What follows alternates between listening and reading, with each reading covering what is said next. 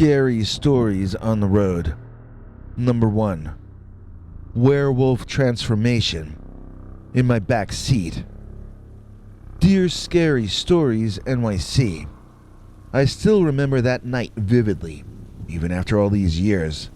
It was a warm summer evening back in my college days, and my buddies and I were heading to a party out in the country. I was behind the wheel with cases of beer in the passenger seat, and 3 of my closest friends crammed into the back seat. In fact, they were the reason I was keeping the beer up front. We were blasting music and joking around, trying to shake off the stress of exams and the looming specter of adulthood. I was feeling invincible, driving my used sports car on the winding country roads, the wind blowing through our hair. Now there's a sensation I haven't felt since I went bald about 15 or 20 years ago, but this happened long before that. Then something strange started going on. One of my friends, Tony, started acting very odd. He was sweating profusely and his breathing was ragged. I thought he might be having a panic attack or something, but then I noticed something even stranger. His skin was starting to ripple and bulge, like something was moving underneath. And then I saw the hair sprouting from his shoulders, his face contorting in a sinister grimace. It was like nothing I had ever seen before. At first I wondered if I were hallucinating, or if I had hit my head on something, but everyone was seeing the same thing, so it had to be real.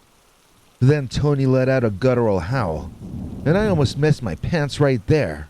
My other friends were screaming in terror in the back seat, trying to get away from Tony. They were convinced he was turning into a werewolf, and I couldn't blame them for it. I was starting to feel a creeping terror myself, wondering how the hell I was going to get us out of this situation. You know, Tony's real name wasn't Tony. That was just his nickname among us and a few other people.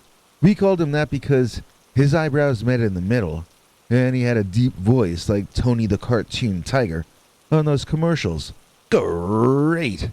So because of that, we also called him the Tiger and Big Cat because he was so tall. I don't know what we were thinking though, because Tony turned out to be far more canine than feline.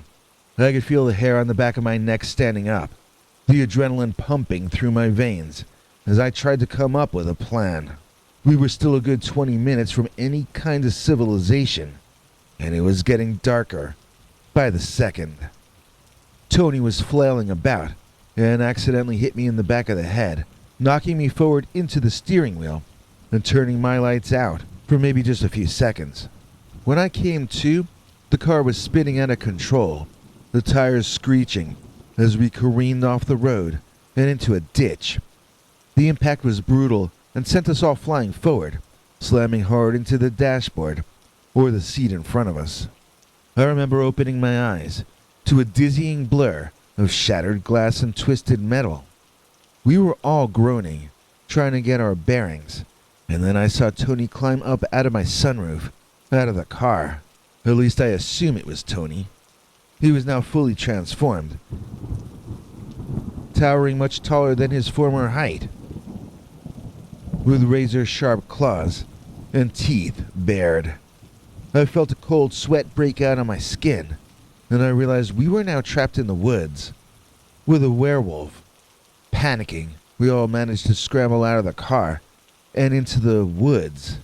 Now, I don't know why we didn't choose to walk on the road, but we had just been conked on our noggins, so I don't suppose it's odd that we'd wander from the crash into a forest that we'd never been in before. I mean, even in a best-case scenario, the 3 of us were never thought of as geniuses by anyone. All I remember is that we were groggy, frightened, and confused.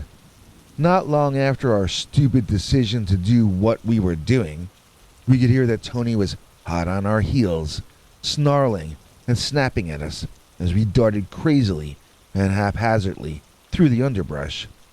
I still remember the feeling of sticks and rocks jabbing into my one bare foot, as I lost one of my shoes in the accident somehow. That was also the first time I remember running so hard that my chest and my side ached. After what felt like hours, We reached a small rural road that wound through the forest, which actually had some old but still functioning street lamps on it. We didn't have a clue where we were, but those lights felt like home. So this time we chose to run alongside the relatively well-lit road, where we hoped Tony would be too shy to put in an appearance. The four of us staggered along the roadside, bloodied and bruised, hoping against hope that we would locate a gas station or a farmhouse or anything that could save us. But those woods were silent, and that road was empty, and we realized we were truly alone. It was a haunting feeling, being so isolated and vulnerable, with no way to call for help. Obviously, this was years before cell phones. We heard the howl, drifting through the night on the wind. It was a sound that chilled my blood, knowing that my former friend Tony was now out there hunting us, lurking somewhere in the darkness. It felt like we walked for hours before we finally spotted the red neon light of a tiny all-night gas station in the distance. That was the era before gas stations were all supermarkets. This was just gas in a garage for emergency repairs. We ran inside, gasping for air, and the attendant there called the police for us, translating our story to the cops. Then he set out with us to go look for our car, since we had all forgotten the name of the road we crashed it on. So while we were doing that, the cops were laying plans for a major search for Tony, starting at the crack of dawn. The search expanded for 3 days, but there was no trace of him. And Tony was never found. At least not that I ever heard, anyway. His family swooped in quickly, excluding the 3 of us from the need-to-know list, and so that's about all I can say about that. I never knew what became of my friend, but I knew he was out there somewhere, haunted by the curse that had turned him into a monster. I hope that somewhere, somehow, Tony's still out there someplace, and I hope that he is still thriving.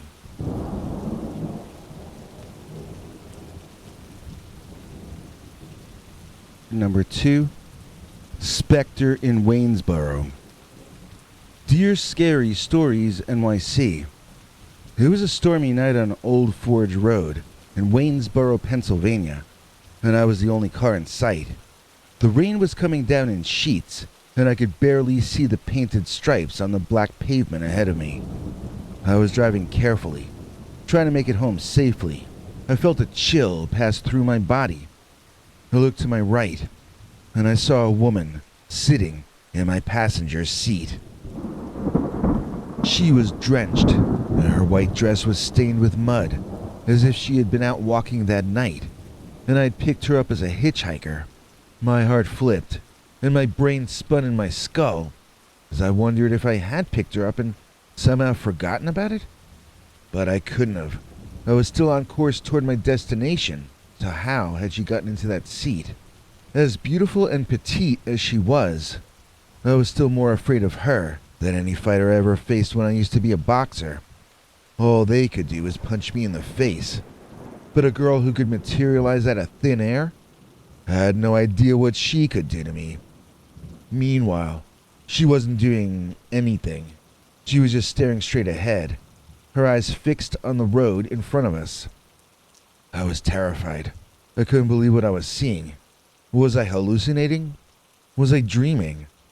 I wanted to shake her, to make her go away, but I was too afraid of what might happen to me if I even touched her. She looked like something from one of those Eastern horror films that my son watches, and all of a sudden I regretted not having watched any of those. I wondered if there were a way to dispel her, and then that word stuck in my head, like it was part of a George Carlin routine. Dispel. Spell. To undo a spell. She had cast a spell over me, making me terrified, and I was under her spell. She was controlling the mood, so I needed to change the mood. I turned the radio on.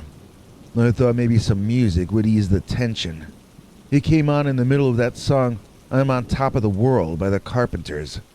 And I tapped my foot and tried to sing along. You can't be scared if you're singing a happy tune. But the music was interrupted by static, and I couldn't tune in any other stations for some weird reason. The only thing I could hear was the sound of the rain hitting the windshield, and I began to feel even more frightened than before. The woman was still by my side, looking straight ahead. Her face was expressionless, and it was as if she weren't even present. I tried to speak to her like, "Hey, lady, and anybody home over there?" But she didn't respond. She just sat there, as if she was waiting for, I don't know, something. I continued driving, scared out of my mind. I didn't want to look at her, but I couldn't help it. Something about her was so intriguing, even though I knew it wasn't right. Her hair was a mess. Her skin was so pale. Suddenly, and this happened really fast as I was looking, she sort of folded up, like paper, and was sucked out of the car window, up and behind us, by a gust of wind or something. Now this happened in much less time than it took for me to describe it, believe me. I lost control of the car momentarily in shock, and I inhaled so hard that I choked myself. So I was careening left and right on the road, coughing violently, and I tried to hit the brake, but somehow hit the gas, prolonging my torment and almost getting myself killed. The car finally came to a halt diagonally across the road. I caught my breath and drove off to the side to give my heart a chance to reboot itself. I just sat there, panting and wheezing, trying to make sense out of what just happened. I couldn't believe it. I didn't know what to do. So I just drove home, still shaking. I tried to forget about the woman in my passenger seat, but I couldn't. It was a ghostly encounter that I will never forget.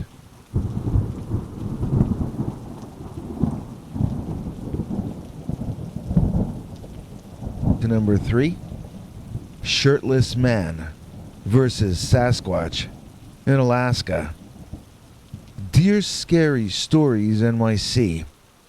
I know that what I'm about to tell you might sound completely ludicrous, but believe me when I say that it really happened. It was around midnight, and I was driving down the Dalton Highway through Alaska, really just a thin strip of blacktop stretching through the wilderness, with no other road for many miles. I was on my way to my uncle's cabin when I saw something that would change my life forever. As I was driving down the desolate road, I caught sight of a huge, shirtless Native American man standing in the middle of the street. He had bulging muscles and a stern expression on his face. As I got closer, I could see that he was preparing for something.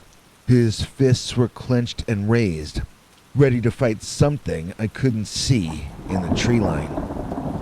I drove a little closer and saw something that left me speechless. In front of the man stood a creature that I could only describe as a Sasquatch. The animal was at least 2 heads taller than the Native American man, with stringy hair all over his body and piercing red eyes.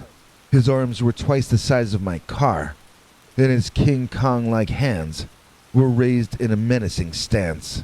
The two began exchanging punches immediately, each one sending the other staggering backward. Their fight filled the road, and I had no choice but to stop and watch. The force of each blow echoed through the otherwise silent night, shattering the peacefulness of the forest around us.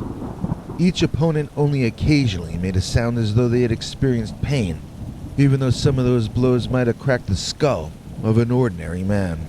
Whoever that human was out there, he was clearly not an ordinary member of our species.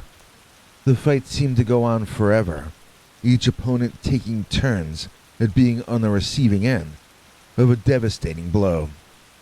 The Sasquatch was clearly stronger, sometimes knocking the human on his backside, but the Native American man was quicker and more agile, avoiding some blows and landing 2 or 3 to every one from his larger opponent. They seemed evenly matched, and neither one was willing to back down anytime soon. Eventually, after an intense struggle, the Squatch picked up a large boulder and bent down to literally crush his enemy. But that man managed to land a powerful punch to the Sasquatch's stomach, sending the beast and his boulder flying backward off the road. The man ran into the woods to take advantage of the situation, and I gunned it out of there, while the road was unoccupied by characters escaped from some Bigfoot fantasy novel or something. And that's the last I ever saw of them, I'm quite glad to say. Of course, when I reached my destination and told my uncle this story, he was like, "Oh yeah, that's Sam. He and that Bigfoot really don't get along." I just looked at my uncle, waiting for him to crack a smile, or somehow tell me he was joking, but instead, he just asked me which of the two wine choices he had available I would prefer with dinner. I still don't know if he was serious or not, but that's what my uncle was like. However, that's also kind of how I see Alaska in general. The strange can be normal there, kind of. And of all the strange things I experienced while I was there, I'd have to list this one as the strangest of all. Number 4. The Thing in the Pine Barrens. Dear Scary Stories NYC. I know what I saw that day in the Pine Barrens, and nobody can tell me otherwise. It was a bright, sunny day, and I was out for a walk, taking in the sights and the sounds of the forest. The air was crisp, and the leaves rustled under my feet as I made my way deeper into the woods. As I walked, I caught sight of something moving in the distance. At first I thought it might be a rabbit, but as I got closer, I realized it was something else entirely. It was a small green creature, about 2 feet tall, with one single glowing yellow eye in the center of its face, and 2 green bullhorns up on top of its head. At times I thought it was humanoid in shape, with 2 legs and 2 arms, standing upright. But then other times I could swear it was fluttering those arms as though they were, well, wings? I realize I sound like I'm describing something from an old Fearsome Critters manual, but this was what I seemed to be seeing. I froze, unsure of what to do. Obviously I had never seen anything like this before, and I didn't know if it was dangerous. I watched as it walked around, pondering my next move. After some time, the creature turned around in my direction, and I got a much better look at its face. I saw something that looked like it was from another world. It really was a cyclops, and it looked as if it were supposed to be.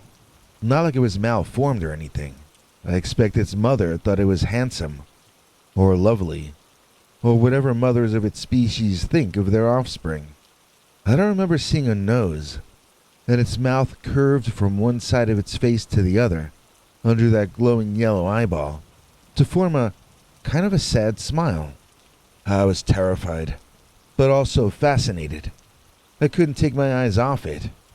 The creature stared at me for a few moments, before turning and running off into the woods. It moved like lightning, faster than any creature I'd ever seen before. I stood there stunned, trying to process what I had just witnessed. But even now, years later, I can still picture the creature's face so vividly. I've been back to the Pine Barrens several times since then, hoping to catch another glimpse of the creature, but it hasn't shown itself to me. Sometimes I wonder if it was just my imagination, but deep down, I know it was real.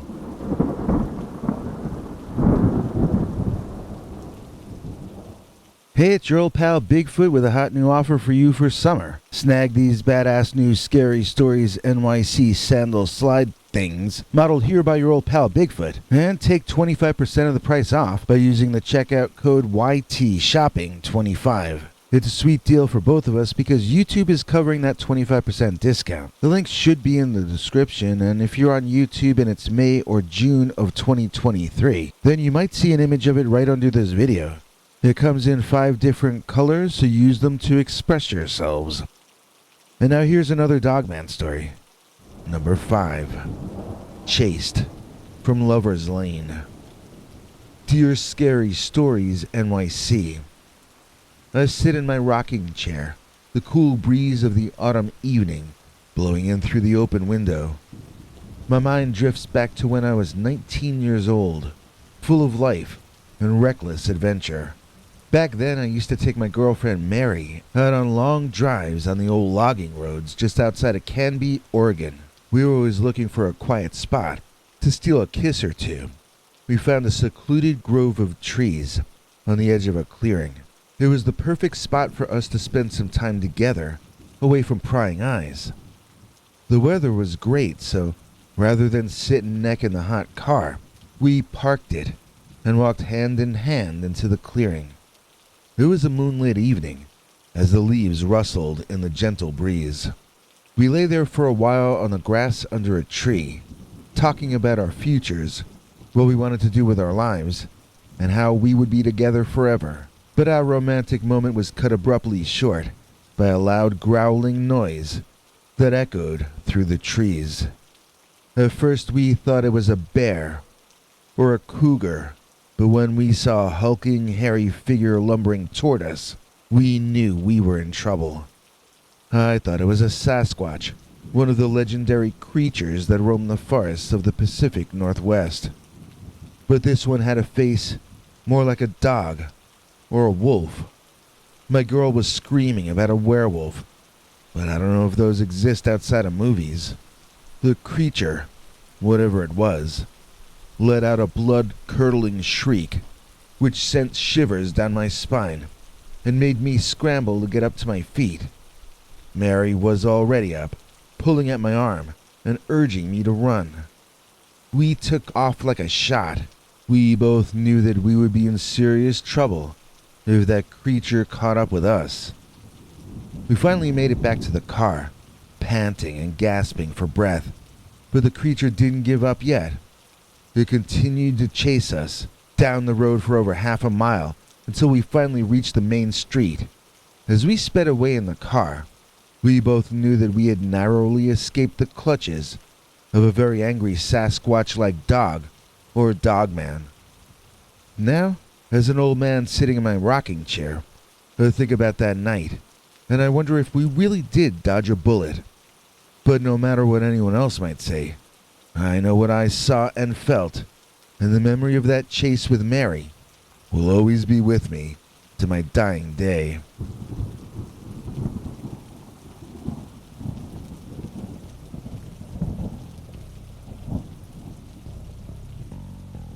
Without CS, there would be no show. We couldn't do it without her, you know. Her donations have always lightened the mood, because then I could finally afford food. Look, I don't want to say things have gotten tough for us on YouTube, but things have gotten tough for us on YouTube. When people like CS and all of you donate to us, it literally feeds me and the cats, or goes to other necessities. We also have clubs you can join and get secret episodes, which lately have been coming out Mondays for whatever reason. Here to explain all the deets is our international TV spokesmongrel, Henry Lee Dogman. Hank? Thanks, Biggie. And thanks to all of you for watching this far. If you liked it, please click like. If you'd like to see more of our work, please subscribe. And also click that bell icon if you'd like to be notified when we put out a new episode. To become an executive producer, you can donate to us through the thanks button under each of our videos or through our paypal.me/PeterBernard209 page.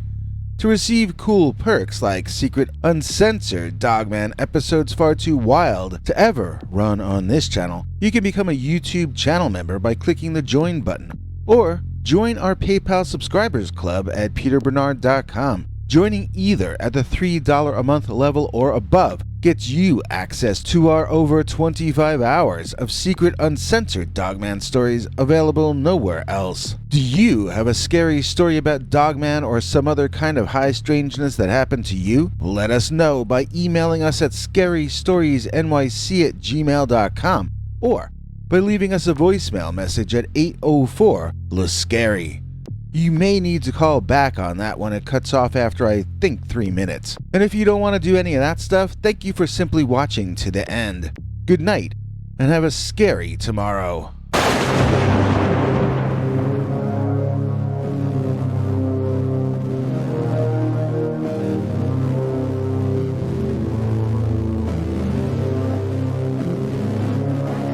Come back for more scary stories.